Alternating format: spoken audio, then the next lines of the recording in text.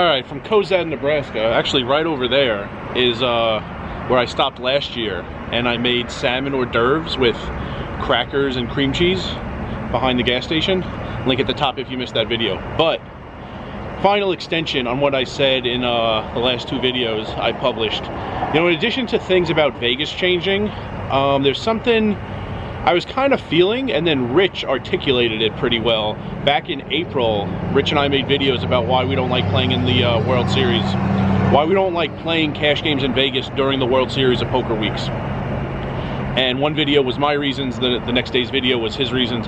But off camera, he mentioned like the limit on like playing, how often we do, like at some time, like your brain won't work as well as it has, and you know, you can't just like do it forever.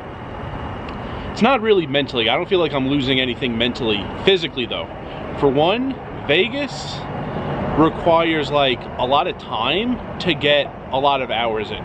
Like in the Horseshoe Council Bluffs where I'm going, I mean, an 8-hour day, it's like, it's 8 hours. Maybe I'll take like one walk around the casino in the middle of it, go to the bathroom once, go to the fountain drinks a couple times. Like an 8-hour session might only take like 8 hours and 20 minutes in the building. In Vegas, games are gonna break, games are gonna die, rooms are gonna go dark.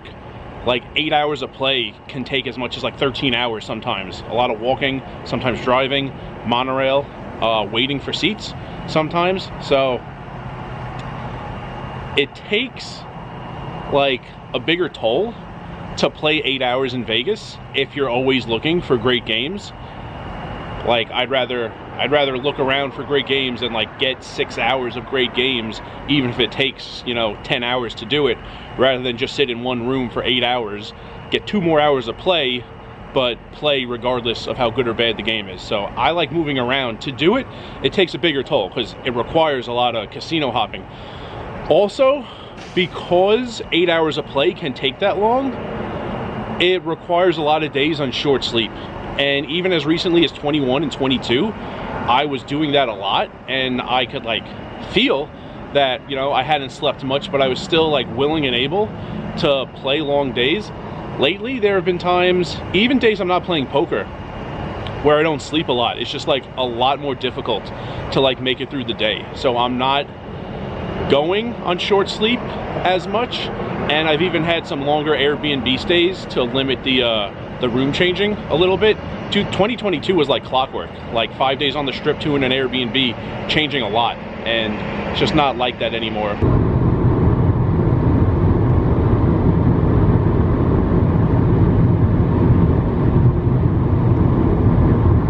Although part of it is the things in Vegas that are changing. Like I'm less willing to play, like to bounce around so much when I'm not that confident I'll find a good game in the next casino. In 21, if it was like a rare time, I'm in Mandalay and the game wasn't great, I would go to MGM, that's the next closest.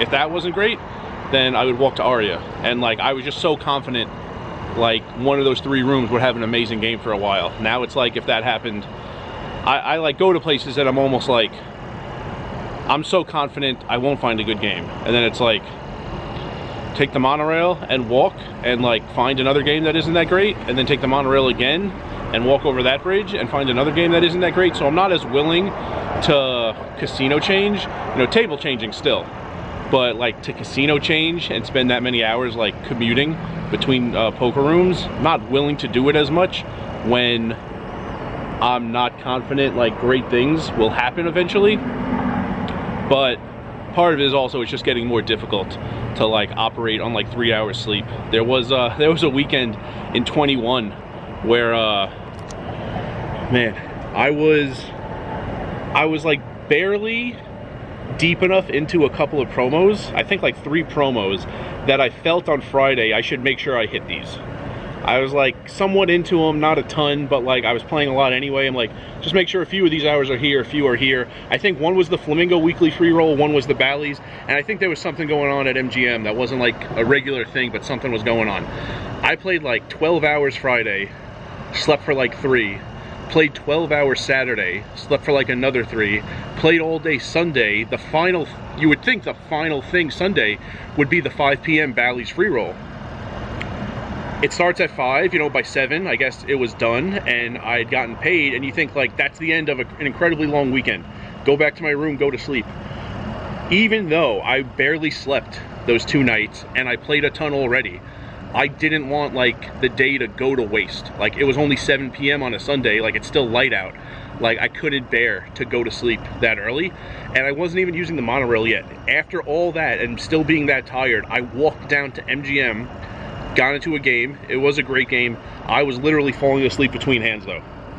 After like 45 minutes, it just didn't make any sense to be there, but I wanted to. You know, I walked back to Bally's, I drove back to my room, I went to sleep, but like, even after that many days of that many hours and that little play, I was like willing and able to play more, and I really wanted to like get another 5-6 hours in.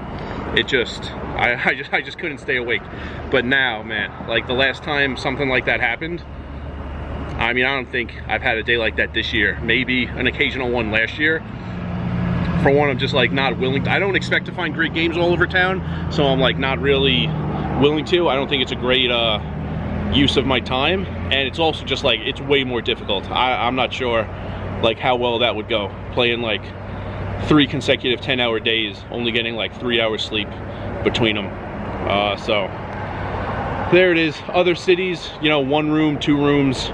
Council Bluffs has 1, Atlantic City has 2, very close on the marina side of town.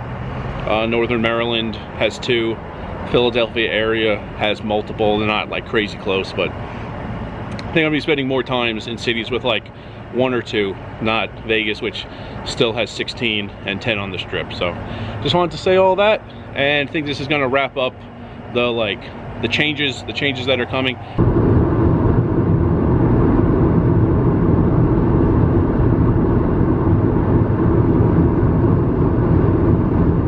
It's really just one change, not as much time in Vegas, but like the reasoning for it. And I said, I guess, a little bit in passing. First stop is Council Bluffs. That's where I'm heading right now. I'm in Cozad, like I said, like, I don't know, 3 hours more of driving, 4, something like that. I'm gonna be here for several weeks. After that, I have a lot planned, nothing else booked. But for the rest of the year, I have 6 places that I could possibly stop for just a day or 2. I have 1 place that I think is going to be a long stay, and another 4 that I'm looking to play like 3 to 8 days each and then move on. Want to play not just like in passing, want to stop for a little bit, but not crazy long. So when I book them and it's official, everybody will know, but just letting you know what's going on for now. Council Bluffs, booked for several weeks. That's the next stop.